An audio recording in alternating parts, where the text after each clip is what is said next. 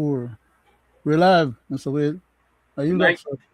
Thank you. Thank you, Leonard. Good night. Good night to So, our Belizean viewers, listeners, both at home and abroad. Again, we are your humble servants. We are, you know, um, going to be going to you with our Belizean Affairs show number 423. 423. Thanks to all who have journeyed with us. Thank you. Thanks to all those who had shared our program, and thanks to all those, especially those who appreciate our program, and to those who had learned something from our program, our Monday night, or Wednesday night, or Friday night, the constitutional night with Mr. Leonard Brackett. He had been beating certain things to the Belizean people for a very long time now. You know, so you know, just in the name of being a humble servant, a patriotic Belizean, a lover of his people, and a lover of country. And my people, we should be joined in a little bit by Mr. Gregory Brackett, another senior panelist or Monday night chairman, and hopefully by Mr. Gregory Morrison. Leonard, did you? yes, sir. I sent him out a copy of this, Thank you, just sir. in case he could make it.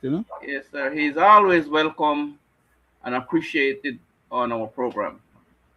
So, on that note, you know, we we have a very interesting program for tonight for our viewers and listeners. Things that is very germane to our country and people and what's going on taking place in our nation. And we do not want to stay mute on certain things. We want to keep informing the people, and we want to keep informing the wrongdoers, keep informing them that there are some people that is watching them, right? Oh, And sure. we call a spade a spade. And on that note, we always start our program with a prayer followed by a reading. I will ask um, Mr. Leonard Brackett to lead us in a prayer, and then I'll do readings. Then afterwards, he can continue do his due diligence. Yes, sir. So, Just one ahead, Mr. Leonard, can you Chairman. please? Yeah. Yes, sir. Just one ahead, sir. Divine loving Father, as we come before thy presence once more, we pray that thou mayest hear our humble expression of gratitude and thankfulness to you for the opportunity of life that thou hast granted us and the privilege to still be among our family members, friends, and loved ones. We pray that thou mayest continue to guide us, protect us, give us strength, courage, endurance, perseverance, loving Father, and a bit of fortitude to be able to speak truth to power when need be. We pray that thou mayest bless our family members, friends, and loved ones wherever they are, as if they are each mentioned by name and number. Thou knowest our hearts, our desires, even our most secret thoughts. And we pray that thou may allow the words of our mouth and the meditation of our minds and the contriteness of our souls to be acceptable before thy divine presence. We pray that thou mayest bless this program tonight, and whatever we have to say and do, may it accrue to the well being and benefit of our people of Belize and in our country and to the rest of humanity. Please continue to look after us. We pray for us, His mercies in Jesus' name. Amen. Amen. Mr. Chairman. Thank you, Leonard, for always a warm prayer You're welcome. to our viewers and listeners. That is exactly how we feel when we pray, give word to the Almighty, Amen. and we appreciate Leonard. We appreciate every day because tomorrow is promised to no one. So Yes, sir. we give thanks and praise to the Almighty always. Amen. Um, Leonard, I will do a reading uh, from Ephesians chapter 5, 6 to So, 20. And it reads, let no one deceive you with amen. empty words, for because of these things the wrath of God comes upon the sons of disobedience. Amen. Therefore, do not become partners with them. For at one time you were darkness, but now you are light in the Lord. Walk as children of light. For the fruit of light is found in all that is good and right and true. And try to discern what is pleasing to the Lord. Take no part in the unfruitful words of darkness, but Amen. instead expose them. But instead expose them. For it is shameful even to speak of the things that they do in secret. But when anything is exposed by the light, it becomes visible. For anything that becomes visible is light. Therefore, it says, look carefully then how you walk, not as unwise, but as wise, making the best use of the time, because the days are evil. The days are evil. Therefore, do not be foolish, but understand that the will of the Lord is, and do not get drunk with wine, for that is debauchery, but be filled with the Spirit, addressing one another in psalms and hymns and spiritual songs, singing and making melody to the Lord with your heart, giving thanks always and for everything to God, the Father, in the name of our Lord Jesus Christ, submitting to one another out of reverence for Christ. That's my reading, Leonard, from Ephesians chapter 5, 8 to 20. Yes, sir. Um, Uh, Go ahead, Leonard. You want to say no, no, something? no, no, no, no. Go ahead, Mr. Chairman. Okay. I just wanted to close my door so I didn't disturb. Yes. I would like you to do a little Is it? public, Could you pull my door for me, please? uh, Thank you.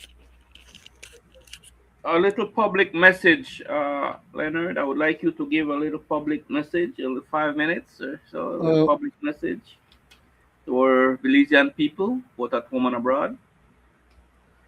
well, Mr. Chairman, I'd like to take the opportunity to use that public message in terms of focusing on what I think the most critical issue is right now in our country, and that a lot of people apparently are not too aware of or are not paying enough attention, and or maybe are under too much duress, for them to actually focus on these critical issues. And this critical issue is something that is being proposed by the cabinet to take uh, some information from the TCC report that was explained to them for them as cabinet to make a recommendation to the House for the House to try and pass into law.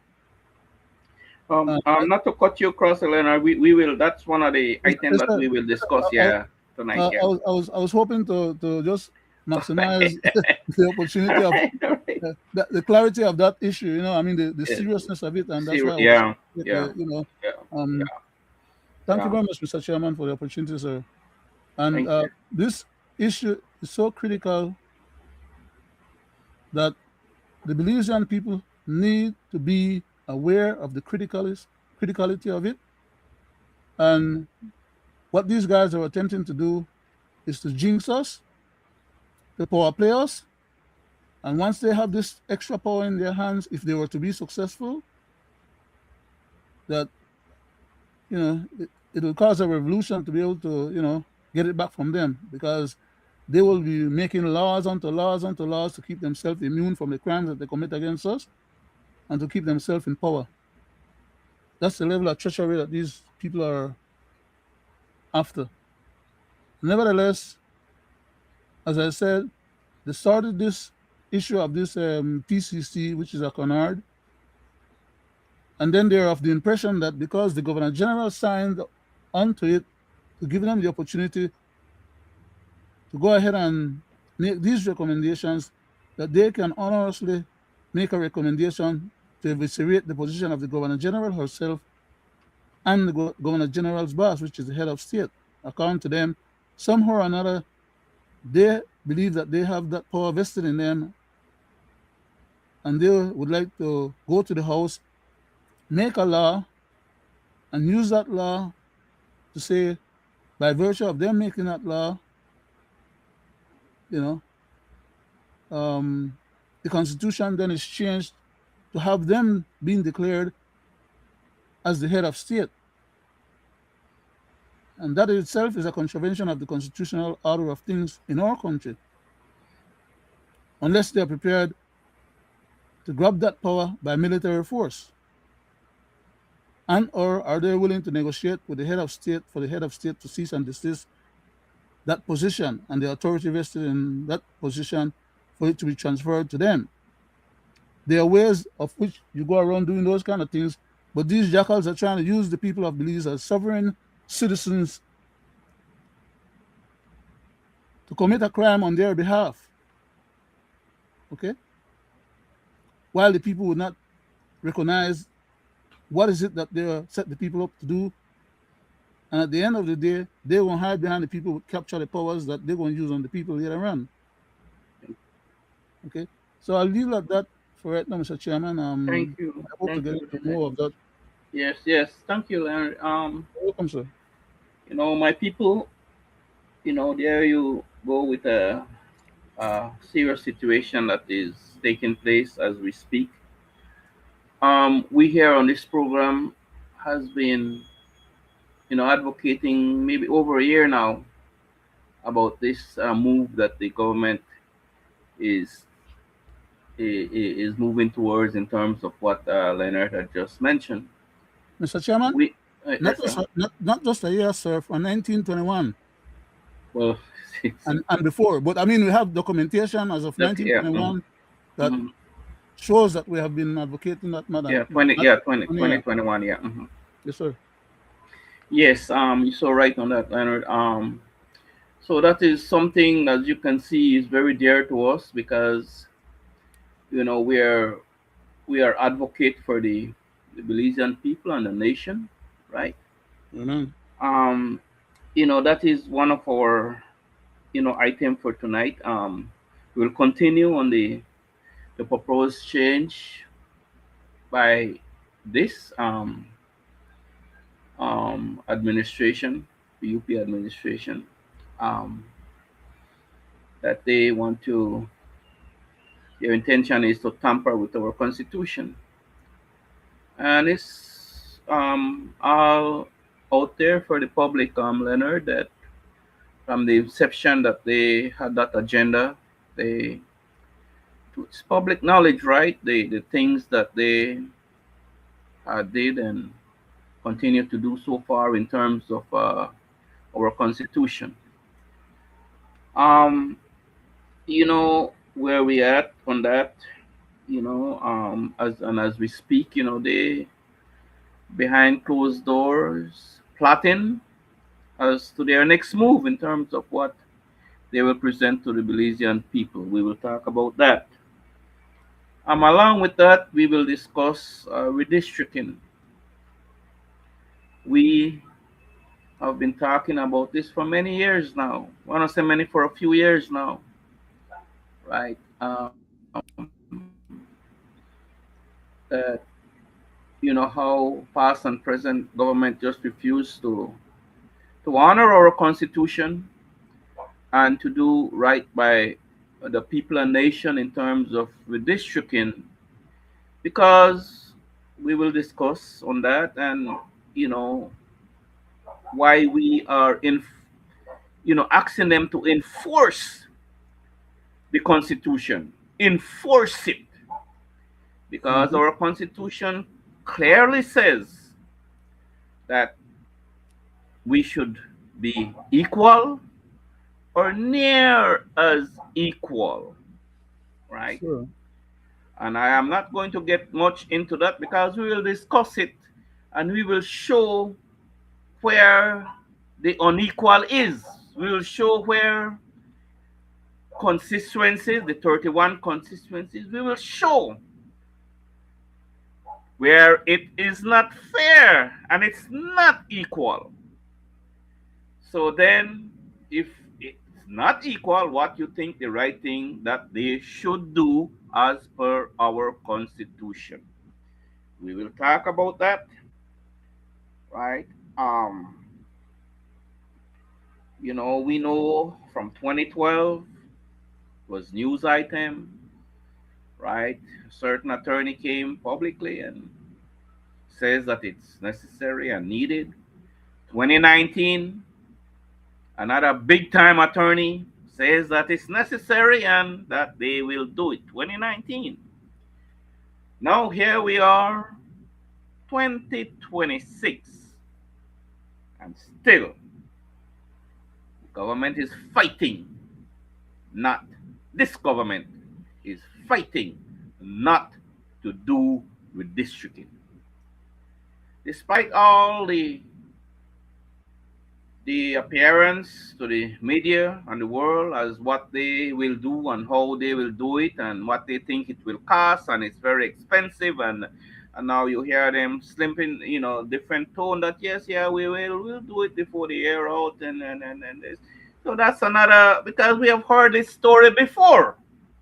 Like I said, from 2012 it was made public that redistricting is needed. Okay. Um. Uh. We will also talk about the role,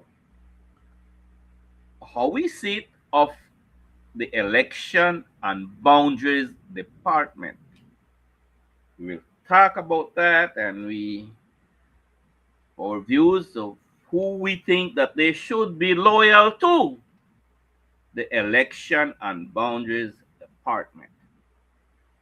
Um, we will also talk about election that have held, which in my personal view is illegal, and they Mm-hmm. are embarking to yet another illegal election.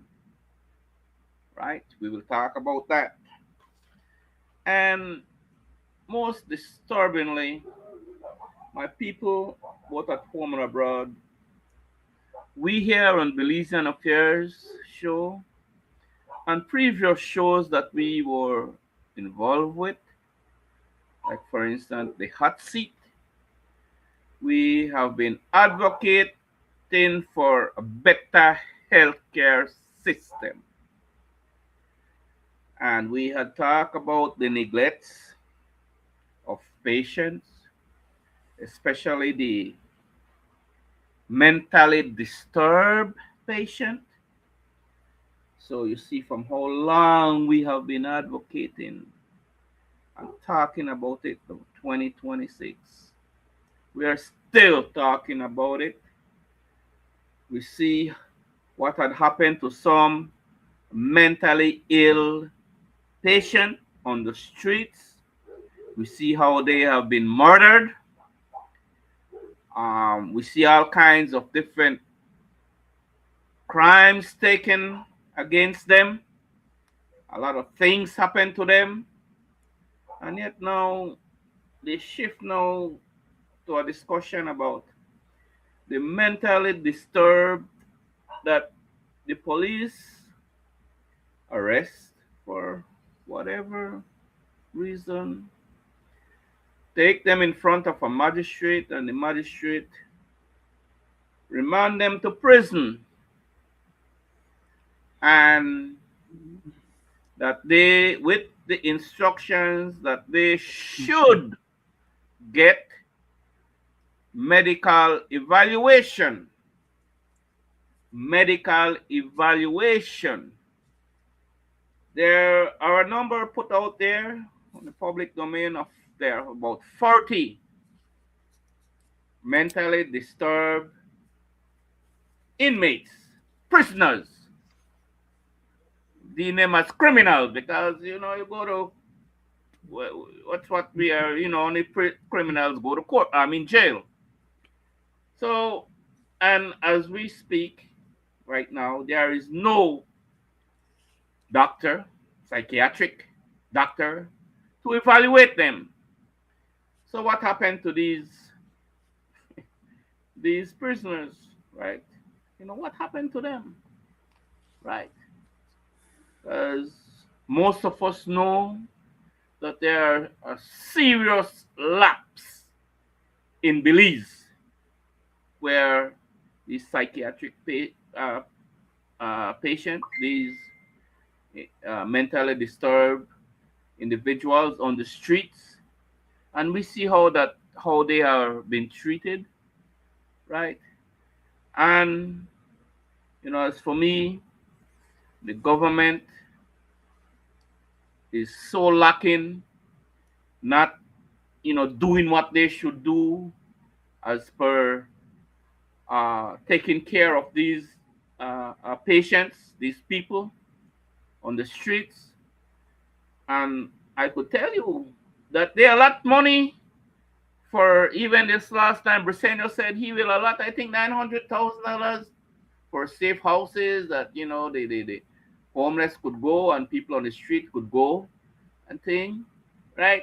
That's far from the right thing to do because he knows why he called that number and he knows who will get that $900,000. He already know, and it's sure is not going to be the patients that's going to be benefiting from that $900,000. Um, let's jump right into the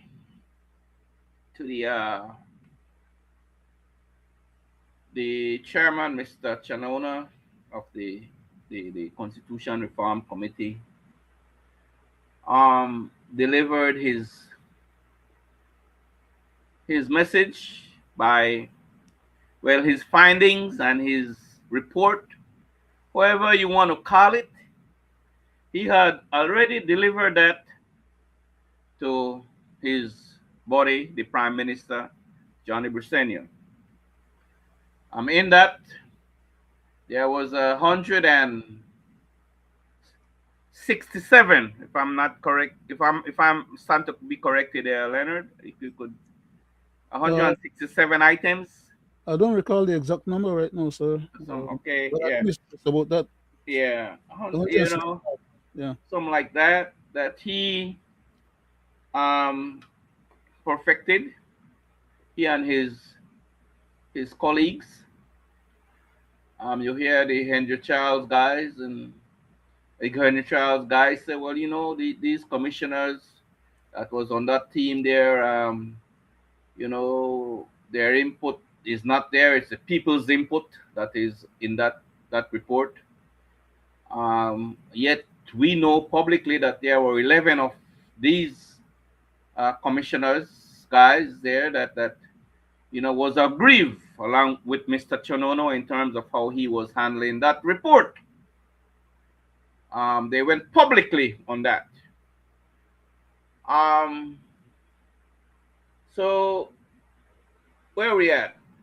Leonard, we are at where the report is handed over, Yes, sir. and previously Brisenio said that, yeah, exactly what will happen. The Chanona is going to bring this report to him, and he was going to peruse it, and he was going to, make it public, right? Yes, sir. Um, you know that in itself stinks to me because we know all the questionnaires that this UP government was giving out there to the 10, 15 people that had visited these meetings in terms of what they said they were doing, educating the people, right? And we saw it publicly who were at these meetings and where it was held, and all to let the Belizean people know that when they use the word the Belizean people, they are lying because it was only a few people that had attended these meetings and a few places that these meetings were held. So what happened to the wider populace? Aren't there people? Aren't there Belizean? Aren't they? Shouldn't they be informed? Shouldn't But they used the word. They had consulted the people. So now we will wait to see what happened, Leonard, to that Yes, sir. report, right? And like I want to stress that there Well, were questionnaires that was even in the diaspora. These questionnaires, although they know that the diasporan won't be able to vote if they have a plebiscite, right? But they use that a broad concept. Yeah, the Belizean people was consulted, and these are the uh, questionnaires, and Mr. and then in the questionnaires there are certain things that they had put in that they wanted a yes or no, right? All that had taken place because of their agenda and their interests and their connivingness. And as of this date, they are still not been truthful to the Belizean people in terms of what they really want to do with our constitution, and that's what we are waiting for. And in that note, I want to welcome our next senior panelist, Mr. Gregory Brackett, our Monday night chairman. Welcome, sir. Good night. Good night to you, Mr. Chairman. Good night to you both, gentlemen. Good night, sir. Good night to the people at home and abroad. I want to thank you for tuning in to this, our 423rd episode of Belizean and Fair. I go back to you, Mr. Chairman. Thank you, Craig. Mr. Chairman. We are at the discussion on the constitution, right? The with the PCC, no, report that was given to Johnny Brisenio, right? We are going to discuss that again, just to let the Belizean people gain a little more knowledge and let the Belizean people have a little bit more concern of what is really happening, right? So we are going to discuss that. You Mr. want to Chairman. cue up something Uh, right now, m- Greg, m- Mr. Chairman. or okay? Let's go to you, Leonard. I was about to ask you if I could have read the article that we made reference to earlier when we were saying that we had been beating on this matter from about a year ago, and I reminded you that it's more than a year ago, and I just wanted to ask your indulgence for me to read a part of the article that went back to 2021. No, if you'd permit me. Okay, I'll give you 5 minutes, Leonard. I'll give you the first 5 minutes. I don't Go think ahead. I'm going to need that much, Okay, sir. But good, thank you very much. Thank you very much, good, Mr. Chairman. good. All right. And for those who had heard initially what we were alluding to, I'll just go straight into the article itself, and don't add extra commentary at this point. Probably later on or at some other point. Um, this article was written on July 19th of 2021, and it said the following comments were made by Leonard Brackett to Mr. Trevor C. Vernon as a retort to a question asked by Mr. Vernon to Mr. G. Michael Reed on a Facebook page, then subsequently enhanced and reposted here in return to Mr. Joseph Roker's tagging me on the same issue or same matter. And I titled that this particular response, The Constitution of Belize to Change or Not.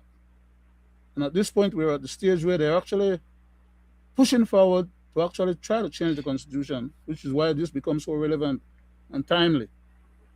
I went on to say, Mr. Trevor Vernon and Mr. Joseph Roker, my dear esteemed learned patriot venerable brothers and vanguards of Belize, and writers and publishers and wordsmith. You pose the salient question to, to Mr. GMR. However, it is an asked and answered question. According to the Constitution of Belize, which the puppet government of Belize is finagling and pretending to change through the Belize House of Representatives without a required mandamus plebiscite or referendum. It would be a breach, an abrogation to the Constitution of Belize and render such changes as they are attempting to make as unconstitutional.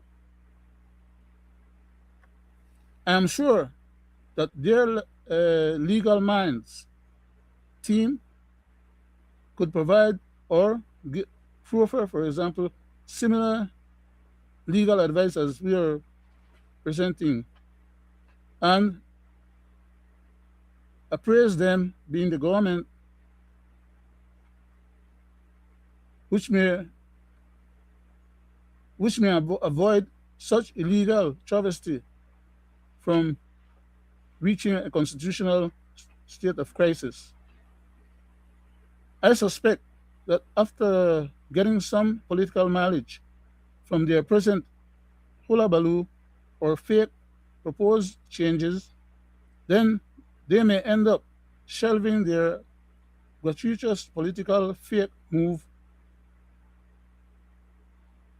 and ready-made uh, actions, which is actually a mischief-making proposition. I went on to say, otherwise they would fall. No, they would follow. Otherwise, they would follow the prescribed requirements of the Constitution of Belize by doing, for example, number one, drafting proposed amendments to the Constitution of Belize. Number two, request a writ of election or referendum from the Governor General of Belize, open bracket, as per requirements of the People's Act on the election referendums, close bracket. Number three, they would exercise or do public education information campaign at public forums and mass media, etc. As well as number four, having the required mandamus or plebiscite referendum before going to the Belize House of Representatives, which is not what they are currently doing. They're trying to go to the House first, which was what was stated just a few days ago that cabinet has already reviewed what they think they need to take to the House, and they will be going to the House by sometime in May, which is right around the corner here, next month. And they're not taking that matter to the public for the public to have a referendum on first, to tell them to go ahead and give them the authority which is required under the Constitution, but they shall have a referendum as is stated in the Constitution. They are trying to avoid that and have the House make a law that the people will have a problem with later on, because they will have already turned that into a law according to them, which, unless somebody have the resource to fight the government to get that matter overturned, which is less likely than possible, they are hoping to go ahead and make that stuff and go through the paces. And they don't expect to have any opposition in terms of blocking them out from doing that unconstitutional move. Uh, and then using their parliamentary supermajority to adequately legislate desired constitutional changes.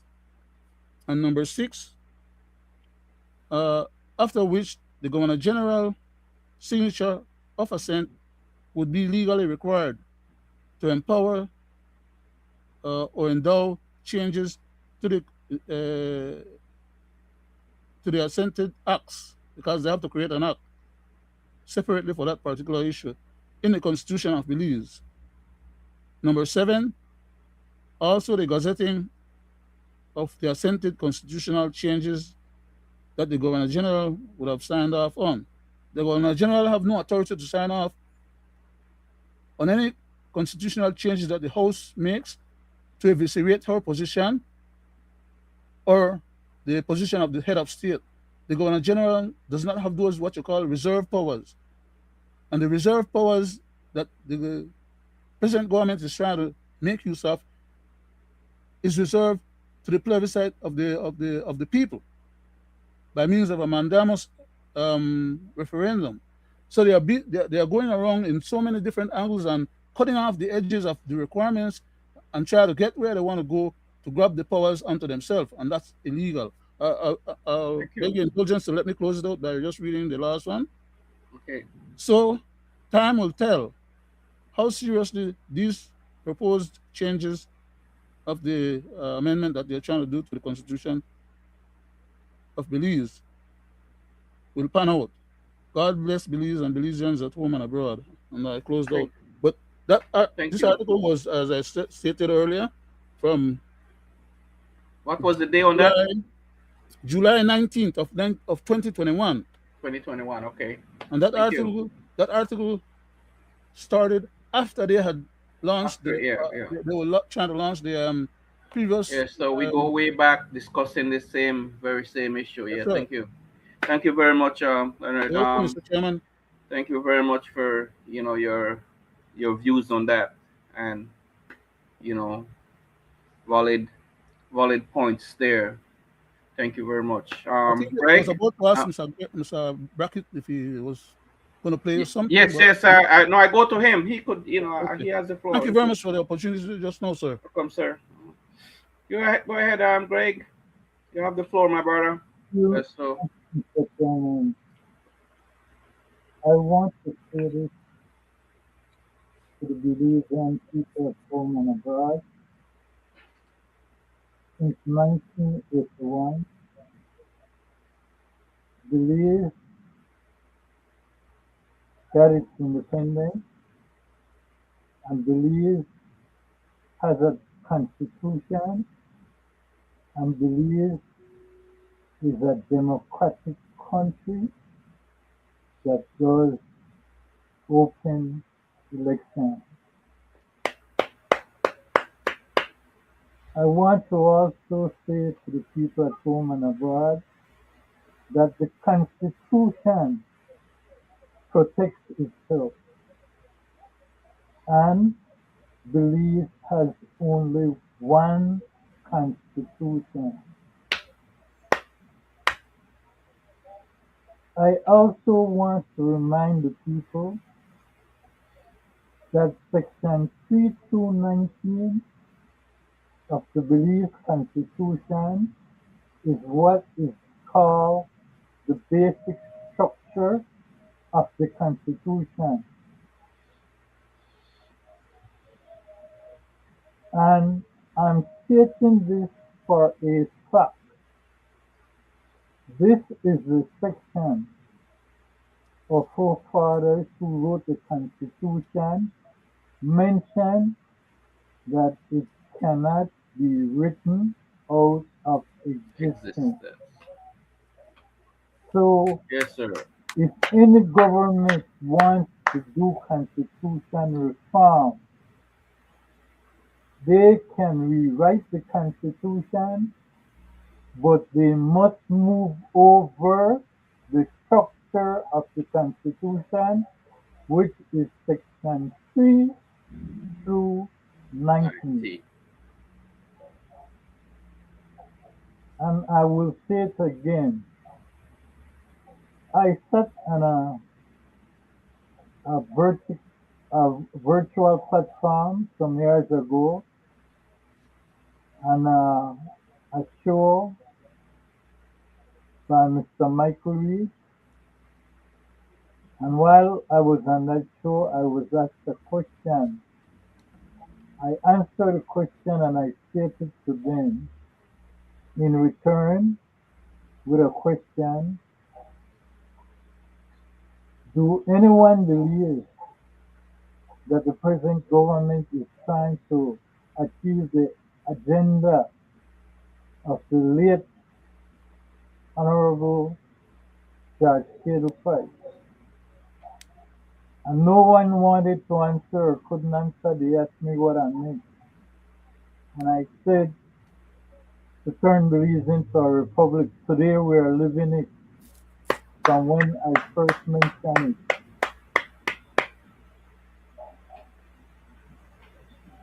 But speaking about the basic structure of the Constitution, I want to go to a state, Mr. Chairman, Go ahead, for member. clarity, because Belize is on the Commonwealth Caribbean law, and you have other countries that are under it. I could call a couple: India, Australia, Canada, even the Great America Constitution was designed off the English Constitution. But let me go to the case for clarity.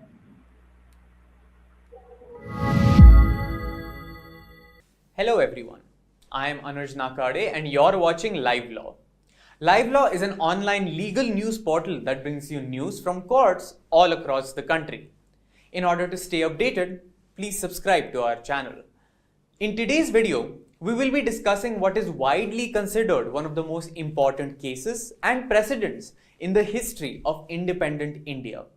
It is very definitely the longest case proceeding to ever happen in any case in the country. The case was heard by the Supreme Court for a total of 68 days and the judgment in it was delivered on 24th of April 1973. Exactly 50 years ago today on this date.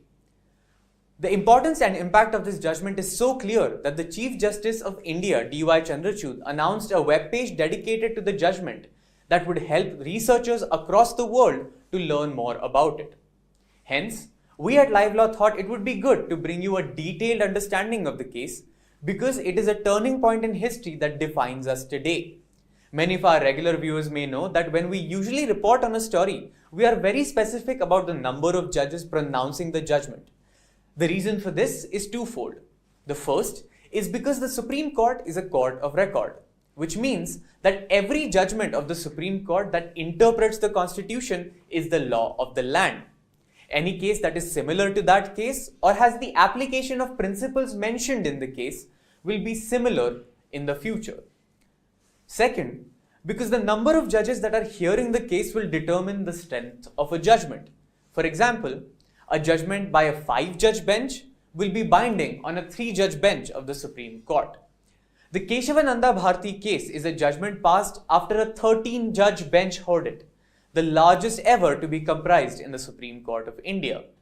So what was the issue and why did it need to be heard by 13 judges for 68 days? The answer is a little bit of a history lesson. After independence, since our country had a feudal system, large parcels of land were owned by a few people. The Kerala Land Reforms Act of 1963 was a progressive legislation which restricted the area of land which one can own. Based on the Kerala Land Reforms Act, the government took over the land of such big landowners for the purposes of distribution to the landless people. In other words, the tillers of the land were made the owners of the land. One Edenir Mutt, at the time headed by Swami Keshavananda Bharti, owned one such large area of land and their land was to be taken away under the Land Reforms Act. So, Keshavananda Bharti, a priest and the head of the Edenir Mutt, challenged the constitutionality of the Kerala Land Reforms Act, saying the right to property is a fundamental right and the government cannot take away his property. He also challenged this decision of the government on the basis that the Land Reforms Act infringed on his fundamental right to equality, the right to life, and the right to manage religious affairs. But the issue was slightly more complicated than that. You see, the power to take away the land under these Land Reform Acts was protected by constitutional amendments. The 24th, the 25th, and the 29th Constitutional Amendment to be exact. In our Constitution, Article 368 gives power to the Parliament to amend the Constitution. So for Swami Keshavananda Bharti to succeed in the court, he would have to challenge all three of these amendments to the Constitution. Then the question arose, what can be the limitation or what is the extent that these power to amend the Constitution can be exercised by the Parliament? Can the Constitution be amended completely by exercising this power by the Parliament? Before going further, we should get to know these amendments. To start with, the 24th Amendment. Through this amendment to the Constitution, the Parliament gave itself the power to amend any part or any provision of the Constitution.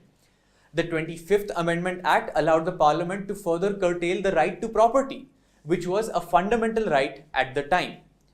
And most importantly, in relation to the Keshavananda Bharti case, the Parliament introduced the 29th Amendment Act. This act put the Land Reforms Act in the 9th schedule. The effect of this was that the Supreme Court cannot review any laws in the 9th schedule, and so the Supreme Court would not have been able to review the Land Reforms Act either. We urge you to remember the context of the 9th schedule because this small detail will be important later in the video. Since Kerala Land Reforms Act touched upon the right to property which was taken away by the constitutional amendments, Swami Keshavananda Bharti also challenged the constitutional amendments which enabled the Kerala Land Reforms Act to take away the Edenir Mutt's land. The final question before the Supreme Court was whether the Parliament can amend the Constitution to take away the right to property, which was a fundamental right at that point of time. The Supreme Court, in an earlier case, which is popularly known as Golaknath versus State of Punjab, had stated that the fundamental rights of citizens cannot be taken away by way of constitutional amendments by the Parliament. The judgment was delivered by an 11-judge bench. This is why the Supreme Court now had to form a 13-judge bench to hear Keshavananda Bharti versus State of Kerala. More than 100 cases were read before the court during the course of these arguments, which went on for 68 days. Then, the Union government took a stand before the court that the Parliament had the complete and absolute power to amend the Constitution. The issue then became whether there can be a judicial review of Parliament's power to amend the Constitution absolutely. Finally, the court overruled the Golaknath case and held that Parliament has the power to amend even the fundamental rights in the Constitution and upheld the 24th Amendment. But there is a caveat here. What is the extent of power? Is the power unlimited? The court answered this question by saying that the Constitution has something called the basic structure. Basic structure is not defined in the Constitution, but is understood to be the essence of the Constitution. After Keshavananda Bharti, the Supreme Court identified many aspects of the Constitution which is known as the basic structure, such as democracy, the independence of judiciary, secularism, and the principles of equality, etc. That means tomorrow, even if a party has an absolute majority, which means the party with complete control of the Rajya Sabha and the Lok Sabha, cannot amend the basic structure of the democratic character of our country and make it a dictatorial government. That is the basic structure doctrine. The court also later upheld its power to hold a judicial review of all laws, including the laws in the ninth schedule, if they violate the basic structure of the constitution. This decision was made in another case in 2007, but the application of review of ninth schedule laws was done after 24th of April 1973, the date of the Keshav Nanda Bharati case. That's all we have for you. So, gentlemen, as I was stipulating about the basic structure, the government cannot amend the Constitution to take away any of the rights from Section 3290, that is the basic structure of the Belizean Constitution. So they are trying to find a way to do it, and what they did when they came up with the PCC Act and they brought it into law, and the people will not know if they haven't read the PCC Act. When they brought it into law, they input a Part 5, Section 22, and it says a referendum shall be conducted where the National Assembly passes a resolution declaring that the matter stated in the report, whether the Belize Constitution should be repealed and replaced or amended, is of sufficient national importance that it should be submitted to the electors for their view through a referendum. This is the part that I keep speaking about, that my good cousin keeps saying the Governor General cannot sign over no power to the present government. But what people are not realizing, and for clarity, I want to stipulate it again, where it says in Section 2, repeal and replace or amended. They already know it cannot be amended. The only way they can get this constitution to pass is through a referendum. So it does not matter if they jump high or jump low. If they try to amend it and do not present it through a referendum, it is the duty of the judiciary, that is the High Court, to knock it down. So that is what is really happening with the PCC Act. And we have seen they have already started to try to use this act as though it is the Belize new constitution, when the Attorney General and the Prime Minister stipulated that the PCC Act also having a referendum act. They were speaking out of context because Belize only have one constitution. I go back to you, Mr. Chairman. Thank you very much for that tape you played again for clarity and for educational purpose. Thank you very much, and thank you for your input there, my brother. Right on the money. I'll go to you, Leonard. Go ahead. Thank you very much, Mr. Chairman, and thank Greg for playing that tape and the explanation you gave. And I would like to add something else that needs to be clarified as well, and that is that it is not just only the fundamental rights as per the tape that the gentleman was making reference to. I've always been saying that there are certain parts of the Constitution that cannot be altered, they cannot be written out of existence. Judges have already ruled on those matters or on some of those particulars and stated in their judgment that those particular sections, for example, like the issues that comes under the separation of powers, the government have no authority to eviscerate them. While they are trying to do that right now with the PCC and the recommendations under the PCC, it's impermissible, it's illegal, it's unconstitutional. They cannot wake up one day and decide, okay, the government going to vanish the judiciary, or like what they're saying in part of this recommendation right now, that the prime minister will appoint the members of the judiciary and a constitutional court under his wings, that he will determine what is legal and not the court. That's a bastardization of our existing constitution. Of course, they're saying that they want to change it so that what is now will not be in the future, and therefore we don't have the need to refer to the existing constitution. We can just refer to their new constitution, and in their new constitution, they will have it written to say that the prime minister have the last word. The executive commands and carry the day in regards to the separation of powers. Basically, bastardizing our constitution, and which is why I keep repeating that issue. The gentleman pointed out, I think it was like about seven different other issues that the judiciary has no rights to tamper with in our constitution. Not only just section 3 all the way to 19 with 20 inclusive, and or 94 and 95 inclusive. There are many other sections. For example, the section that's under the constitution, I think it's section, I think it's part 4, and I think it's I don't know if I should be able to read right here now quickly, but I don't want it to sound like I'm just spitting out what I'm spitting out of my mouth, because that's the way that's the way I think of it and would like for it to be. I'd like to be able to read it specifically from the Constitution itself, if you allow me, Mr. Chairman, where it says, and okay, I need the next class. Just a second, please.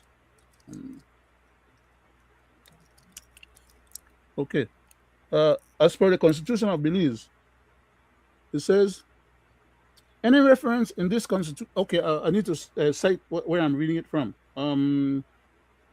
Section 2, I mean subsection 2 of Section 34 of the Constitution of Belize. Any reference in this constitution to the function of the Governor General shall be construed as a reference to his or her powers, because we know how her, Ms. Alam, and duties in the exercise of the executive authority of Belize, which rests in the head of state, not in the prime minister, and to any other powers and duties conferred or imposed on him or her as Governor General by or under this constitution or any other law. And there cannot be any other law that trumps the powers and authority of the Governor General, because it is the Governor General that assents to whatever law the House makes, that they have to have that ascension for. I'll go one step further. Subsection 3 reads as follows: whereby this constitution, the Governor General is required to perform any function after consultation with any person or authority, he or she as Governor General shall not be obliged to exercise that function in accordance with the advice of that person or authority. Does that clarify a little bit more what I just said just now? Thank you. And then there are other parts that says that the Governor General's authority or powers shall not be abridged. Yes. So these jokers are just playing games because they know that people don't know what the hell is going on behind the scene. So Leonard and Greg, as to where we at as we speak, Leonard and Greg, right? In terms of that proposed change, what do you think? Because we know that he has the paper in his hands already from Chanona, right? What you guys think? I go to you, Greg, right? What do you think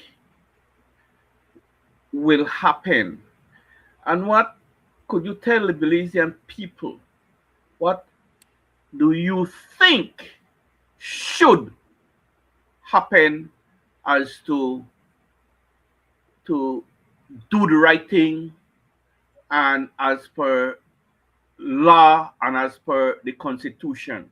What do you think will happen with that report and how you think they will handle it? I go to That, you, Greg. Mr. No, no, Chair, let me go to Greg I know, first. I know, I know. Just one statement. That is the basis of that article that I read earlier. Yeah, That's yeah. where the Let answers to me that go to question come from. let me go to Greg because where we at right now, right? Mhm. What the people should expect, Greg. Mr. Chairman and people at home and abroad, and I want to specify this. The present government, starting with the Deputy Prime Minister, from his words that Belize needed a new identity, had always made believe to the Belizean people that this was about repatriation, trying to get away from our slave masters, when in reality they were using that out of context to try to seize power beyond our democracy and our constitution.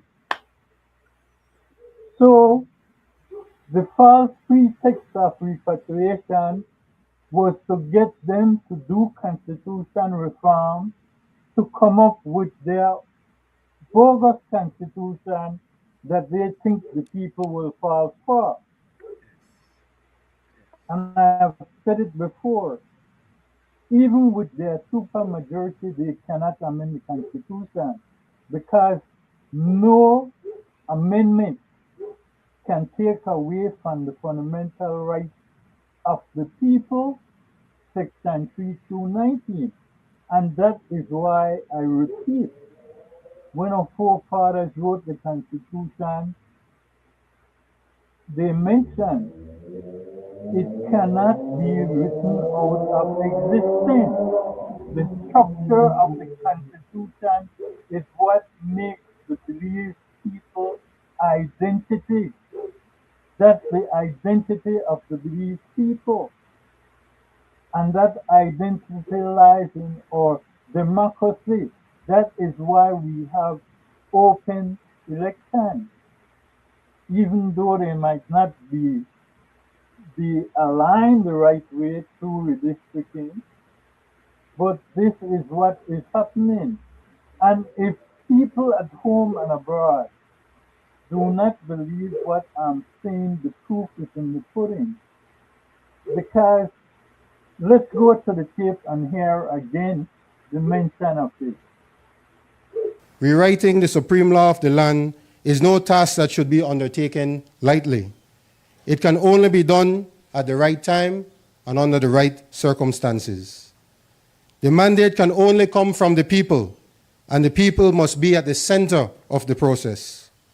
Today, we believe as a government that the time for our people's constitution has come.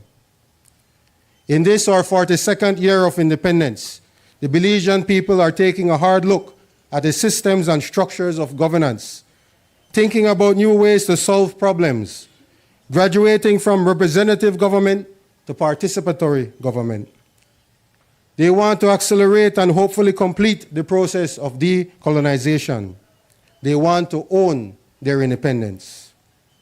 In April 1981, neither the Premier of Belize nor any member of the opposition was present in London at the Constitutional Conference which finalized the Belize Constitution.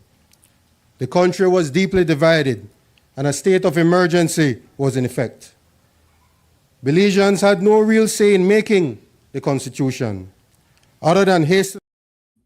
I want to stop the tape there because exactly what he's speaking about is exactly what is happening. Belizeans were not having a say in the reform of the present constitution. But what he's talking about, Greg, what he's talking Thank you. about, he wasn't there. And Thank he's you. lying because if he reads Regardless, his history, he will regardless know. of that, Hold on, Leonard. Hold on, Leonard. I go give to you me right a now, Leonard. second. Going back to what I was saying, you heard what he said about decolonization. They used the phrase, and then he said the Belizean people want to move forward and put their input, They are the one that wants to but move they forward. are But not Yeah, coming to the people. And crazy. why are they not coming to the people? They came to the people under false pretense to say, to educate them on the Yeah, Constitution. and they never did. But you know what?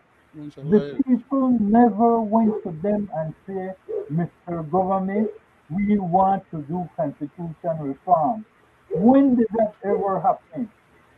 So whose idea was that? Not the Belizean people.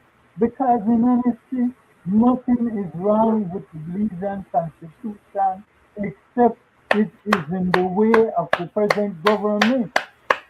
And that is why they want to get rid of it. thank, And I keep saying that there is nothing wrong with the Constitution, but they want to get rid of it. And it will not be by the people. They are using the people as sovereign citizens to get their agenda done. And then they will say, you know what? The Well, the people people wanted. wanted it. But the people is not involved, Mr. Chairman. And here we go again to prove the same fact. Greg, So, our ministry, we have met 4 times with the former chairs of the PCC. We've also met with a couple other groups that had dissenting views, and working very closely with the Attorney General's ministry. We have engaged the services of constitutional lawyers, attorneys from the UK. We just got a few days ago, we got back their review. I shared that with Cabinet, this last Cabinet meeting, and we're planning the third week of April for Cabinet to have an all-day retreat to go through. Mr. Chairman, I stopped the tape there because you see how they tell on themselves. yes, sir. Yes, sir. Mr. Henry tells us that said no Belizean was in London when this constitution was written, which is a lie. right? Yeah, and I But know that, listen Leonard to and Greg, me, you know that. He doesn't listen know to me, he doesn't know his history, and you don't want to spend the listen time to to go review me. it so he could learn. You Go ahead, are Greg. Go ahead. saying you want to get away from your slave master. So why did you go back to London and bring foreign attorneys from there to redo the constitution? So how is that getting away from your slave master? They want to So convert themselves into a modern input, slave master, Greg. where is the input from the people that's supposed to take part in this to say what they want taken out and what they want put in? Thank Now, you. make it make sense, Mr. Chairman. Thank you. Thank you. Go right to your, go ahead. Go ahead. I Uh, wanted to say something. Go ahead. no, please, No, Mr. no, no, Chairman. no. Go ahead. Then I will sum I it might up. be changing the perspective. No, no. By the time I finish say what I'm saying, it might No. change. Get to No. what I'll sum it up. I'll sum it up. Go okay, ahead. okay. To her. Yeah. To start with, the Constitution does give authority to the legislative body to make changes to the Constitution under certain circumstances, certain areas, and it forbids them from changing certain other parts. Where we have the problem is that these jackals are conflating the authority that is vesting in them to change the parts that are allowed, that is permissible for them to change for management purposes of the country. They are trying to assume the posture that because they are granted that privilege to make some changes here and there, based on certain numbers and certain criteria, if they can meet those criteria, they're not even trying to meet the criteria. They are just telling it to the public and to anybody that would hear them or listen to them that the part of the Constitution that authorizes them to make laws, as for example, in I think it's section 27, where it says that they shall make laws to determine who, as foreigners, can be granted the privilege to become a Belizean through nationality and other functions. Those are the parts of the Constitution specifically spelled out. It doesn't tell them that they can decide who a born Belizean is. I mean, that a Belizean is not a Belizean, even if he's a born Belizean. They don't have no such authority vested in them. But my point is, they take this authority that is vested in them to make certain changes and certain laws, and they conflate it to the point of allowing the public to get the impression that that same authority authorized them to change just about any part of the law, which is what they're endeavoring now to do. This 160 odd changes that they want to make is eviscerating parts of the Constitution that they're not allowed to tamper with and tread on. And they're trying to snuck it underneath the process of them making laws to get this stuff done, vote on it with their supermajority, hopefully get the Governor General sign off on it. If she is stupid enough to realize that her position is going to be signed off with, that she don't have an authority to be able to grant these guys to do in the first place, and or for her to give these guys permission to get rid of fishy bass. Those reserve powers are in her bass, not in her. But these jackals are bamboozling for we public into believing that, yes, so long as she's signed on what they have given her to sign on, and then no, they could turn around and say, okay, well, this is what they have decided to do, and this is what they want to do, that carries the day. That's an unconstitutional act. It's sedition, and it's amounts to high treason, not just regular treason, high treason. Okay? Thank you. If these jackals really want to test or go along with what they're trying to do, I'm telling you, they have a long way to go. And even when they think that they have arrived where they want to go, all of it will be thrown into the trash can. Thank Because you. all about a bunch of dollars. Okay, my whole, like I've been saying all along, my perspective on that change that they want, that you see the amount of babies they having, and all the lies the Henry Charles and the Zabani and all of them they come with, and the attorney general and all that, and to achieve their agenda, right? But my whole take on that is that to achieve what they want to achieve, like Greg rightfully mentioned, they want to shivatize from the crown, right?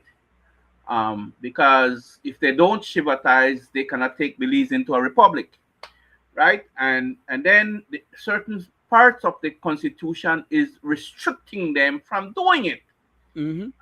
So they're having all this baby and all that, but my whole thing is that when he brings that back to the house and read it to the Belizean people, and he mentioned the word republic, and he mentioned the word that there will be no more governor general, They because don't want that to be known or be caught so on. yes, so I'm just waiting for that. And then what I would like him to say is that yes, we will take this to a plebiscite. We'll take this to a referendum, right? But Greg and Leonard, do you think that will happen? Do you think that will happen, Greg? Mr. Wade, Well, you see what my concern, right? right. Mr. Wade, I will say it again. I will specify it. No constitutional amendment can take away from the fundamental rights that make up the basic structure of the Belizean Constitution. Well said, Section Greg. 3 But let me to give me 19. a minute before, right? Well said, Greg. But we have seen the habitual practice of these guys. Mr. Wade, You I understand? will You answer agree with what you're saying, I and we, will we know. answer that part for you. Thank you. Even if they try to do that informally, informal amendment, Belize is an independent country with a constitution, a democratic country, and the people hold national security in their hands, not the government. So anything that has to do with Belize Constitution, and Guatemala must go to a referendum, whether you like it or not. So Greg, my point is too, and I will pass it over to them. My point is that the way these guys are behaving, you know, then they will want somebody to take them to court. Who will take them to court? Who? Mr. Chairman, Right? And you see how they have me in the court for redistricting, right? Mr. Chairman, not to cut you cross, the government of Belize has been trying to see how far they would go with what they are trying to get done. They tried it in the marijuana referendum. They failed. Okay? They tried it with the 13th Amendment, fooling around with the fundamental rights. And they are bold. Okay? They went further, and the former Prime Minister, when he input Section 69(9) to say anything that Parliament do is exhausted and you can't take it for judicial review. Now he's trying to make an amendment and make it retroactive so you can sue him. So I keep saying this to the people at home and abroad. This is not about repatriation. It's not about getting away from your slave master. It's about going republic to get away from these lawsuits that they are losing, that they don't want to pay. Amen That to is that. what is Thank you. happening. Thank you. Leonard, you have the floor. Let's see, we're at 1:16. I give you 4 minutes, Leonard. yes, sir. Um, First of all, what these people are trying to do, the Constitution already authorized them the privilege to change the parts of the Constitution that is permissible to be changed. Okay? So they can go to the House and make those changes. As a matter of fact, they have been making those changes from the time of independence until today date. They have always gone to the House and make changes, bogus changes and correct changes. They have been challenged on some, and on others, they still have some of those things on the book that has not been challenged, and they use it against people, and then people get hurt by it, and people suffer, and they get no reprieve. Why? Because they don't have the money to challenge the government. Point The taken. next point, the next point is that they want to make changes to the Constitution that is impermissible. You're not allowed to or authorized to tamper with those particular sections. And if they were desirous to truly tamper with those sections with good faith, they would follow what the Constitution requires of them to do, which is go to the public, to ask the public to grant them that power, because it is reserved powers that's reserved to the public. They require a plebiscite. There shall be a plebiscite or a referendum, in other words. They don't want to have no referendum. They don't want to have no plebiscite on these particular issues. And if they were to give it to the public, to let the public make a decision on these issues, 160-yard recommendation with all the detailed reading, very few Belizeans would ever have an opportunity to understand what the hell is going on anyhow, because the current constitution, which is about 100-odd pages long, they don't understand, they don't know, and a lot of them could care less. And the ones that do know what they're talking about are highly compromised. They sing the tune of the government for the dollars. They're not there to One uphold the more. Constitution. 1 more minute, Leonard. Thank you, One Your more Worship. minute. Yeah. Yeah. And so the bottom line is that the Governor General has no power or authority to give them what they want. But they don't care. They are going ahead anyhow and pretending that they, unto themselves, have that power and authority. The DPM said it as much as what Greg said earlier, and he has been saying it for a long time about this new identity stuff and about blaming the British. It's not the British running the country right now. We were given independence and we were given the right to run our own country. In fact, we were given the right to run the country for self-government in 64, long before independence. We've been running the country.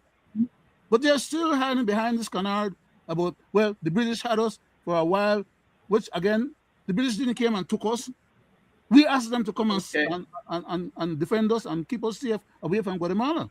For time restraint there, Yeah, yeah, Leonard, we're yeah. about I yield back. I yield back. yeah, Greg, you got 4 minutes, Leonard. I mean, I'm Greg. Go ahead. Mr. Chairman, I will ask indulgence tonight, my cousin, for us to go a bit later because this When we come to conversation, what you say about that, Leonard? this conversation is It's a really pleasure. a good Greg, topic. Greg, I will yield to the request in terms of whatever time you guys think we need to do, because as I'm saying over and over, this matter was going to come down to us in a rush, and we have it here already as a rush.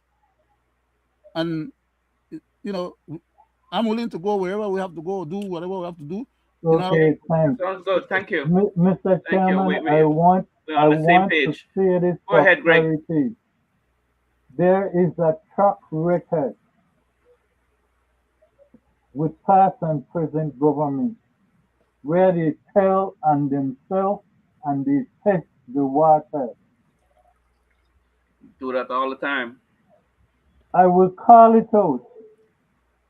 The state bank takeover using eminent domain to Liars. take away private owned land for a commercial entity. Who does that? That Who is does that? why That was illegal, unlawful, and unconstitutional. the US is on them. Because it's a violation of a constitution that gives us our democracy, and the American Constitution is similar because they got theirs under the same Commonwealth Constitution. No, I go to our next one, Mr. Chairman. How can Belizean trust this government to do constitution reform when we see them outrightly trying to take a regulation and trump the Parent Act in the Telecommunication Act to try to do the retail takeover Because without going to the house? they're a bunch of rascals and mobsters. That's why. Regulation comes after. It's the Parent Act, regulation and policies after. You can take a regulation and remember the Telecommunication Act, like the Belize Constitution, is written in the Constitution. It's It part of the law. cannot be moved. Well, it can be moved if they follow the right procedure, which these jackals are always Exactly. refusing to do. The right Amen procedure to that. again. So right on that, That's their Leonard. problem. The We're dealing right procedure again will be the hands of the Belizean people if they want it moved. And that can only be done through a what? A referendum. which they don't like. So you see what I'm saying? They are trying to use a regulation to trump the acts of the Constitution. But That Greg, is why Greg, people at home and abroad, you I'll go cannot to you. I trust, go to you in a bit there, you cannot Leonard. trust these people to Greg, do Greg, constitutional that is reform. exactly what Mr. That's Thank you. exactly Thank you. what I'll the go to you. the He's minister. finished now, Leonard. Go Yeah, ahead. Greg, to what you were saying just now is exactly what the minister said, that they was going to go ahead and write one essay to trump the regulation or the act, which is crazy. That means that the man either don't understand what he's talking about or he's so full of himself. How the hell he as a minister, the powers that he have as a minister, that he's supposed to exercise, and he don't realize that for him to write a statutory instrument, let me The just man spell is it a out. liar too, Mr. Brackett, so he should That's the know worst that. part. That's the worst part. The man is a liar. and I say it more than once. I heard SIs, you can't SIs trump the and constitution. policies cannot Cannot trump trump your the constitution. constitution right. So why the man is persisting with that jackal thing? Because if he what he's saying, people gonna grab it and run with it and fall for the whole thing that he gonna give the excuse to make the prime minister collect $18 million, and by the time most of the people realize what took place, it's gonna be all over with. You can't go back and get back the money. We're dealing with. And another thing, guys, quickly, right? And then I go back to you, Greg. I Another want some of thing, them in jail. That's why I right? want some of Yes. them to end up. Another thing, look at Ali, what these people are doing, and who are the ones that have been, if affected. Why are they? Look at Ali's deals that, like you first mentioned, Greg. State Bank, the Feinstein, the acquisition of a private land for public domain, right? And this, Then let's give you a big one, another big one right now, Mr. Chairman, with yes. this Newport Then, bill. then again, look at my situation with the redistricting, right? And look at the BTL, like you mentioned there, Leonard and Greg, right? With the PSU Act, right? And look at what who are the people that they are fighting?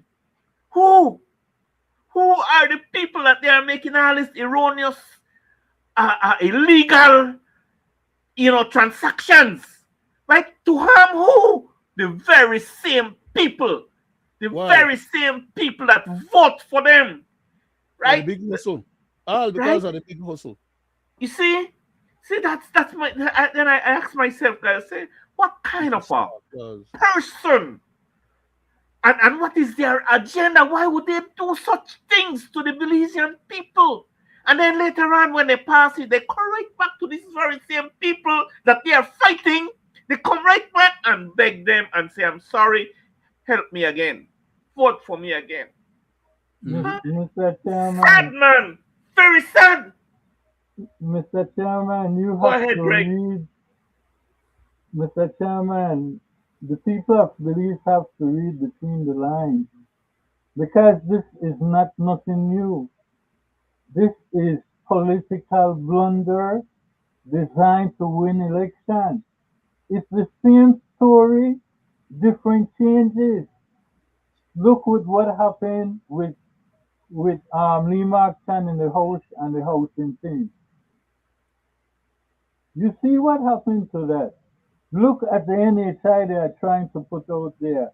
And I will tell you personally, it's a political blunder because when you do the math, $57 million, and they are speaking about 325,000. If you do the division, you are talking about $175 a year or $14 a month.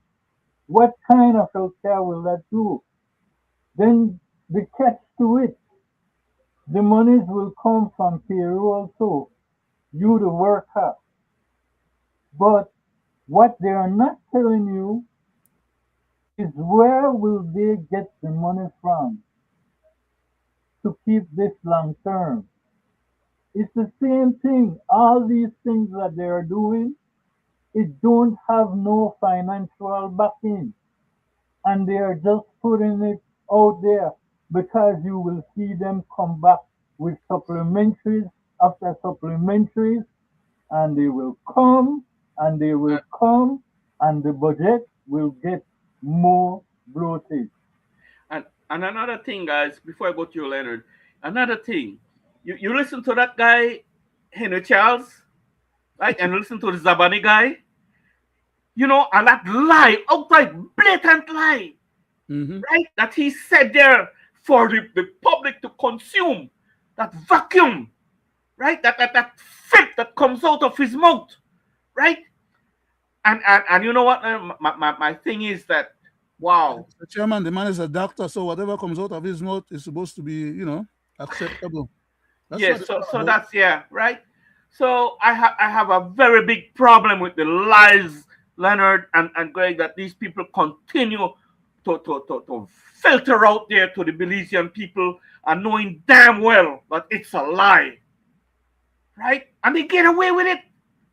So I'm glad that we are able to call these things out, because they did it. They said it from their own mouth. They're doing it to the Belizean people, right? We see it in words and we see it in action. Mr. And you Chairman. mentioned the U.S. State Department, Greg. I'm so happy. Like, we on this program, so happy that they, could bring some pressure down and let these guys know, the ills, some of the ills that they're doing, and have some blacklisted. But anyway, you know, I am glad that they're able to call out the Briceño administration again. Over to you there, Leonard. Go ahead. Thank you, Mr. Chairman. What Minister Sabane is articulating is about self-interest propositions, okay?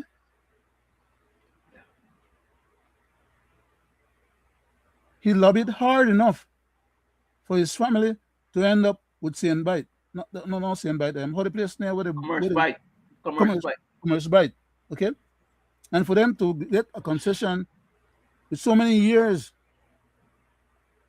tax-free, contributing nothing to the country, only for him to facilitate his family members and their bodies, because it's a lot. Then people when they're supposed to do that pier down there and that tourist thing down there are they themselves and their friends, okay?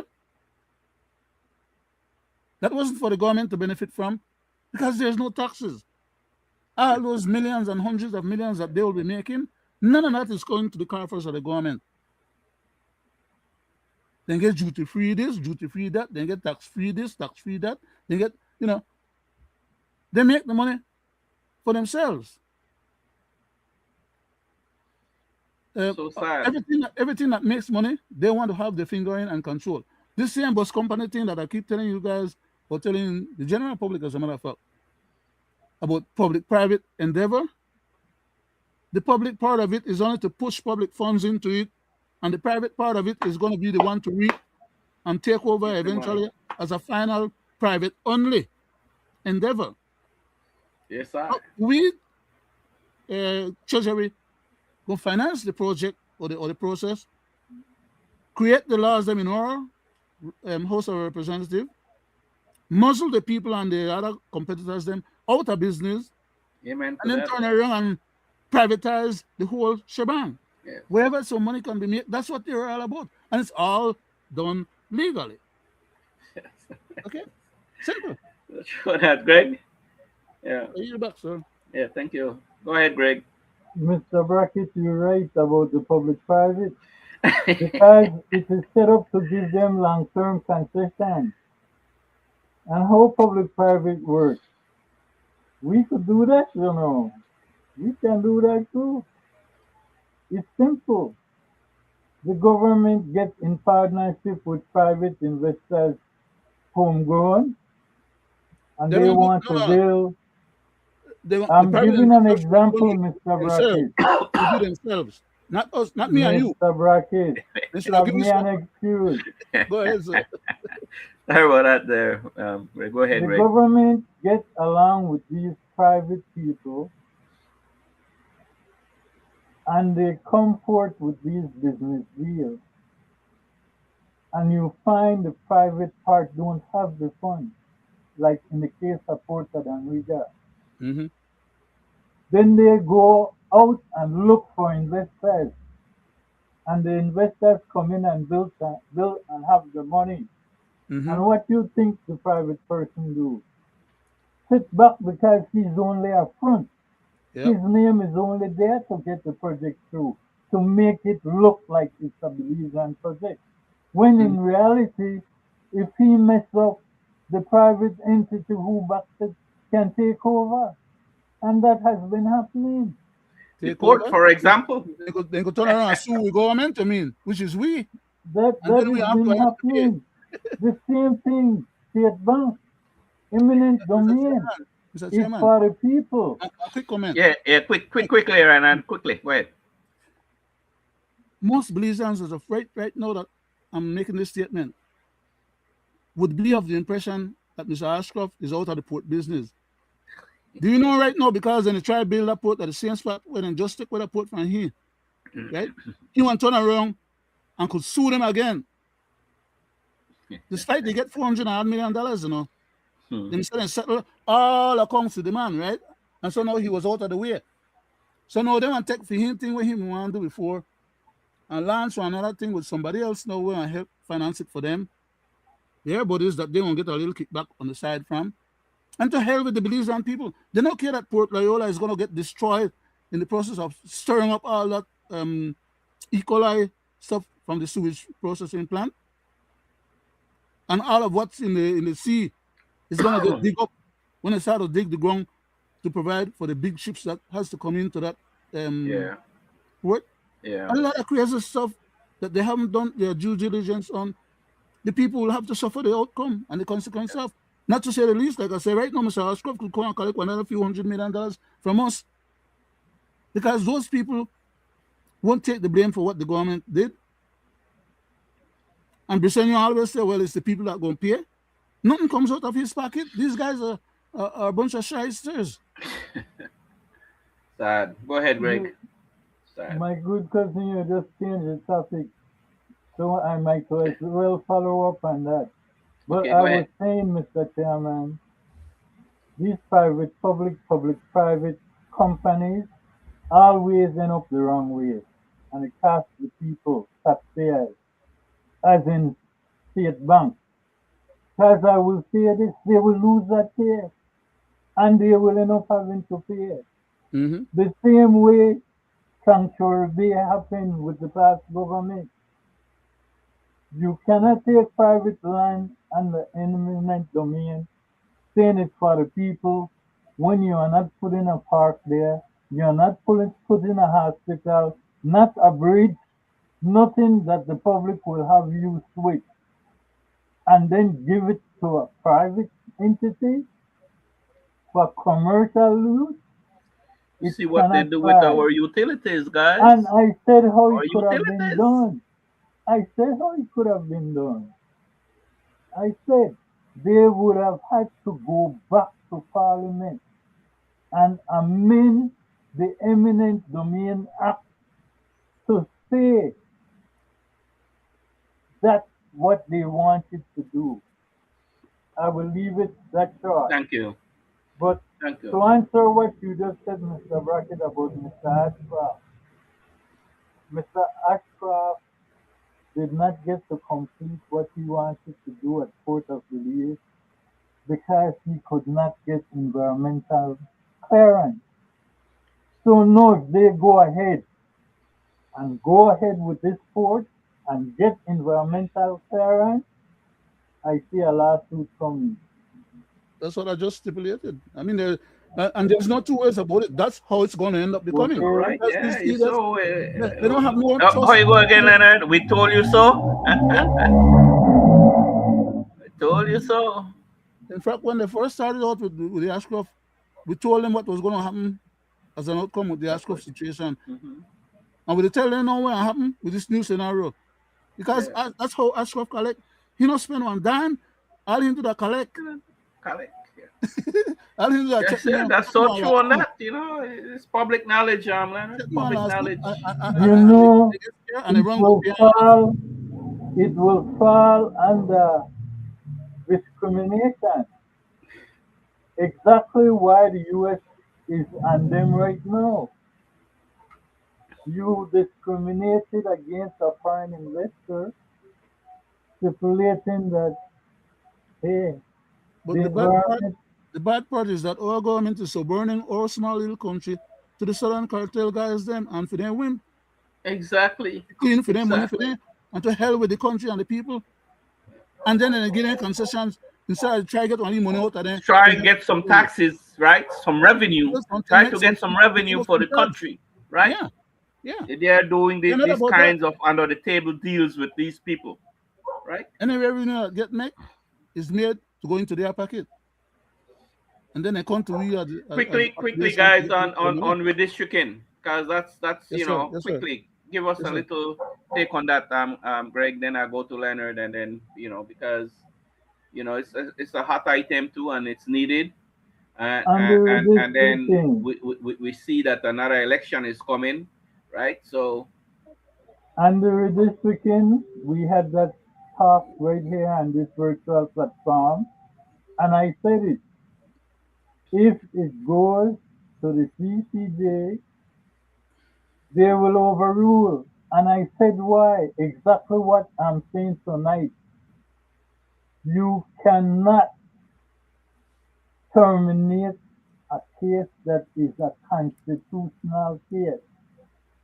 The same way you cannot use a constitutional amendment to take away the rights of the citizens of Belize, their fundamental rights. It was always about the Constitution, and they tried to make it look different. No, according to what was said by the Prime Minister, he believes that the case is moot, but I don't believe that. And I will not believe that thanks to Mr. Henry Charles Russia, who said on national television when this redistrict was going on, I believe, that in order to complete the redistricting, they must do a census. So I don't see how the Prime Minister, That was a lie. That was a I lie don't as well. see how the Prime Minister is going to do this redistricting without a census. And that is a true statement of fact. And I will tell you why. You just have had amnesty, you just had people from CARICOM coming in, and you have other people. You have some Belizean that came back from the United States. So you must do a census because they will be eligible to vote. They will not do a census thank you. outside of Go the ahead, window. go ahead, Leonard. Go ahead. They will not do a census outside of the window for the regular census. Okay, so that's what they're going to back into when the next election is due next year. They will say, "Oh well, we couldn't do it because we have to wait till the regular census time comes around, and after the regular census time, then we're going to have this information available to us that Gregory is stipulating about." And I've been saying, according to the standard practice for the election and boundaries um, development of different divisions and reapportionment and all of that, they don't have to depend on a census. They don't have to wait for a census. That matter is being dealt with every 3 months. People go and register and re-register and cross different divisions or move out and into and out of different divisions for political strategy. You asked a question a little earlier. Should the election and boundaries, or who is the election and boundaries actually Account. accounted to? I did. And that should be not to the politicians, it should be to the Governor General. The Election and Boundaries Department should work underneath the commission of the Election and Boundaries, and that commission should be accountable to the Governor General, They who should issues work the written. independently. What? They should not even be answered to the Prime Minister. Exactly, because All the Prime Minister should do it shouldn't be is to political. give them supplies what they need. Exactly. And that is the fact. But they don't let it be like that. Then pretend, well, not only pretend, they actually perform or behave as if the Prime Minister appointing the majority members to that commission, which is three, as well as the chairman, gives him the power to have those guys suborn the will of the people to the Prime Minister's will. And that is why they are getting away. Like, okay, the other day when they went to court and they promised that they was going to go ahead and do what was correct, the Prime Minister stalled them and stalled them and stalled them. And by the time they went around to do something, he turned around and put it on the table in the house and left it there to die. It died a natural death. And since then, they have not addressed it again. Now that the court, at the Caribbean Court of Justice level, has mandated that that matter has to be revisited by the local Belizean High Court. They're talking about, oh, well, It's all mute now because we are about to do this thing now that was supposed to have been done and they have promised to do for so many decades in the past. Then he's going to say, well, the stuff is mute. It's mute after you finish complete what you're supposed to do. While you're still talking about doing it and not doing it, it is not mute. Because the highest court spoke and told you, go back, revisit the case, and make sure that you don't dispatch the case without dealing with the substantive constitutional merits of the case. So he's Mr. talking about, Chairman, you don't know what the hell he's talking about. I believe that was said to throw an off guard Mm-hmm. in case they end up back in court to say, well, we are working on it. Yeah. But the light at the end of the How long tunnel it will take is for them to work on it? you cannot only be working on it. You have to have it finished before municipal election. And I want to They show don't want why they don't I want believe it will not be finished. I want to show why I believe it will not be finished. The ongoing redivision of electoral boundaries remains one of the most important undertakings at this time. This exercise reviews and updates constituency boundaries to reflect changes in population and settlement patterns across the country. It involves data analysis, mapping and consultation to ensure that electoral divisions are properly structured and administratively sound. This work continues with careful attention as it directly shapes how representation is organized across Belize. In preparation for the 2027 March municipal elections, the department continues to coordinate and deliver the systems required for a smooth and credible process.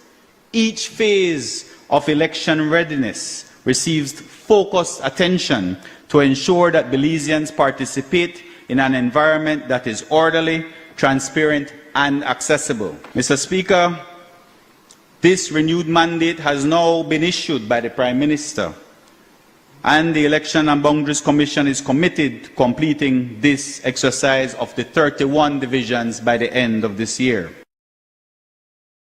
Stop the tape right there. If you are doing redistricting, how can you still have 31? 20 what? When was it that they started? 31. No. When was it that they started doing the work? We're at 2026 right now. 2018, I think it was when the first suit was taken out against them for not doing what was supposed to have been done against the Barrow government. They say they're the current government that got in, said that they was going to do it. And they hadn't done it since 2018 till now. And then they promised that they're going to do it. And they still don't have it done yet. How long it will take them to get it done when you and I know it could get done in a few days' time? They're bamboozling and playing the game. That is not the point I want to show. The point I want to show is they have no intention to give up any of their seats, especially in the areas where they know they have control. And I could start by saying for Judge that must do redistricting. Lekai, and I can go on, but I don't see you end up with 31 because then that cannot be redistricting because you must share it. Some people will have to end up in Texas or somewhere else, and it needs to break up. So I can tell you for a fact, even though they are mentioning it, that is a fib, and it will not be done. Sure on that. Go ahead, Leonard. Chairman, based on the last Elections and Boundaries Commission report for registered voters throughout the whole country, they had divided the total amount of voters by the amount of divisions, 31. And they end up with approximately 6 point something thousand per division. That is not how they actually going to redivision the thing or how it's normally done or should be done. Why? Because the redivisioning of all votes in Belize as a country is done district by district. Okay? Does anybody forget that already? It's how many divisions you have in each district, right? It's not how much population you have or how much registered voters you have. The registered the divisions doesn't go according to the number of registered voters. Mr. Brackett, you are right, and that is why you have to lose some division in Belize and enter some like in San area where there's so much people. You have to cut some and add on to some. You need to add two, I There is think, a problem. one I'm in trying to out say. west and one in I'm Dangriga. saying there is a problem and will always be a problem unless they solve that one particular problem that I'm trying to point out right now. That is that unless they stop, do the divisions them and aggregate them according to districts, then divisions will never be as equal, okay, as required according to Section 90 of the Constitution. It just can't happen. But you could do it like this if you want to do it by district again. Take the total for each district and use a median number and just divide up the district into the amount of members that they have to represent that district. That's another alternative, but you still won't have nearly as equal, which is what the requirements are. There's another option. Take all the registered members, registered voters throughout the whole country, divide them by a median number so that each district will comply with getting nearly as equal a number of votes. Then they will be meeting constitutional requirements. They don't want to do that. You know why? Exactly what we are. The amount of money that the Prime Minister is giving for each district right now, for each area representative, is not equal. And there's a fact that he's giving money not only to the elected members of the House, which should all get the same equal amount if they were to have an equal division among the voters then. He's also giving money to his losing area representative or area caretakers. But he doesn't give to the losing representative the area caretakers of the opposition, which is also illegal and discriminatory. I mean, there's a whole lot of stuff that needs to be dealt with that these jackals are dodging and not dealing with. They're not interested in doing what's right. They're only interested in doing what they need to do in order to continue the big hustle. It's all about one big hustle. So Greg and Leonard, right? The way these guys are coming to the public again, like you rightfully says, Greg, I don't see a game. They're playing a game. I don't see they're doing redistricting before March. They don't want to, and, and nobody can make them. And I don't see that they want to do it the right way, right? So hopefully, let me conclude here. Now, hopefully that after my case is heard, right, and we get a ruling, that they will do the right thing. So that's what I am. But until then, they will bamboozle the public again. And like you rightfully says, Greg, I don't see that they want to, move from that number 31, right? I don't see they want to do that. But again, I hope and pray that the court, will make that decision that they will have to do. But even after back to you, Greg. Hold on, and I'll go to you. Mr. Chairman, I will say this tonight, right? Since we are speaking about redistricting, I will repeat myself. Redistricting cannot be done without a census, and I will tell you why. And it has been happening.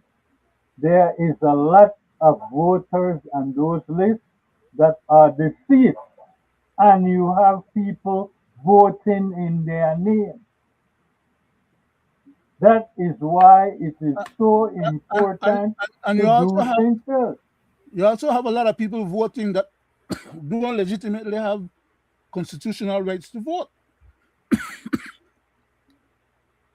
A lot of people who are being, and that's why they're bringing in these people to change the demography of the country and to change the mindset of the people in the country to accept um, a certain type of predisposed agendas. There's a lot of Belizean people that wouldn't vote the way the Central Americans they vote, and there's a lot of Central Americans who are now in the country who would vote differently than the old-time Belizeans them would vote. And that is a designer's pattern. It's design. It's not by accident, omission, or oversight. It's a design element, Mr. Wade. I could take your one statement that Mr. Kowich said to you to validate what I'm trying to explain here right now. Maybe people don't understand what I say, or they have not dealt. I've been dealing with elections in a free country for the 60s. Okay, so I know what I'm talking about historically as well as currently. And I know they try to fool nobody or bamboozle nobody. But when I talk, I could tell them right exactly how it is and how it isn't. But I know what it's supposed to be as well. And there's no reason for these people to be as onerous as they are, other than for the fact that they're playing a high stakes game, bamboozling the people and power playing the people, buying the people that vote for you $25, $50, and then for the next 5 years, they run off and continue their big hustle while the people they're impoverished and in dire straits. That I can't abide. So I want to tell whatever needs to be told for people to understand. But I can't vote for nobody. They have to vote, do their one voting. And I'm not going to pay nobody for go vote for no other person. Are you the back, sir? Thank you. Go ahead, Greg. I will yield after stating this, Mr. Chairman. The government needs to get the people in the diaspora to vote. That's a constitutional right. And since you went to them talking about reforming the constitution, they should have the right to participate in a referendum. We I do have do that not right, Greg, but believe it's been denied. you are cutting me off again, sir. Sorry. I don't believe that no Seventh Amendment should be used to take away from the rights of any Belizean people while other people living in the Commonwealth after living in Belize for a short time can proceed to take part in an election. I yield back to you, Mr. Chairman. So I right on think that, we are Leonard, for at your that closing. closing time. Closing, Leonard. 2 minutes. Then I'll. Okay, Mr. Chairman, we have 3 minutes. Three. Yeah. Okay. Do one. I'll give 1 minute, Leonard, and then Okay. do Greg, and then I do I one. will Okay. yield Go to ahead. you, Mr. That's fair enough. Chairman. All right. Thank you. Fair enough. All I'm saying is that if these gentlemen want to do what's right, they could do it. But they don't want to do what's right, and they are of the impression or opinion that nobody can make them do what they don't want to do, because they have the powers in their hands, and they can haul and pull this power, and have been haul and pulling this power. Okay. Amen to that. People need to discipline them, and unless they get disciplined, they'll just continue with their rascal behavior all the way through. Are you back, sir? Thank you, guys. Greg, thanks again for your skillful, background and bringing to the Belizean people, in real time from their own lips, so that they cannot fault us in any way. Thank you for doing that. Leonard, it's always a pleasure to sit in your company, my brother. Pleasure is mine too, Mr. Chairman. I hope that again, we could, safely says that, the Belizean public has learned something. They could weigh the pros and the cons based on our conversation, right? Based on our conversation, because we bring it to them, in real time. We bring it to them by the Constitution, laws. Greg played certain tapes, that I just hope that they learn something, and see what's really wrong in society, see what's really wrong in our governing body. See what they're doing, right? And hold them a test when they come around to you. Why you are doing this to me? Why you are doing this? Why don't you do this? Because it's right to do this, because it's the Constitution. So I'm the Constitution is demanding you guys to do it. So I just hope that it opened the minds, Leonard and Greg. I hope that our program opened the minds of our people who are so asleep, docile, right? So again, thanks for another great show, Greg and Leonard. Nice program, Thank Mr. you. Chairman. Thank you very much for Thank you, Mr. educational Chairman. purposes, right? Then I'll say good night and thanks to our people who will view us, who are viewing us now, and who will view us a little later. Thank you very much for your support, your sharing, and your steadfastness up to our 423 edition. Thank you. To give special thanks, Leonard and Greg, to all those who view us and see the good in what we do. See the good in what we do. There's quite a few people who are repeating or reposting stuff. It's amplifying. Yes. Thank you. Thank you. Please share it out for public consumption. Thank you very much. Greg?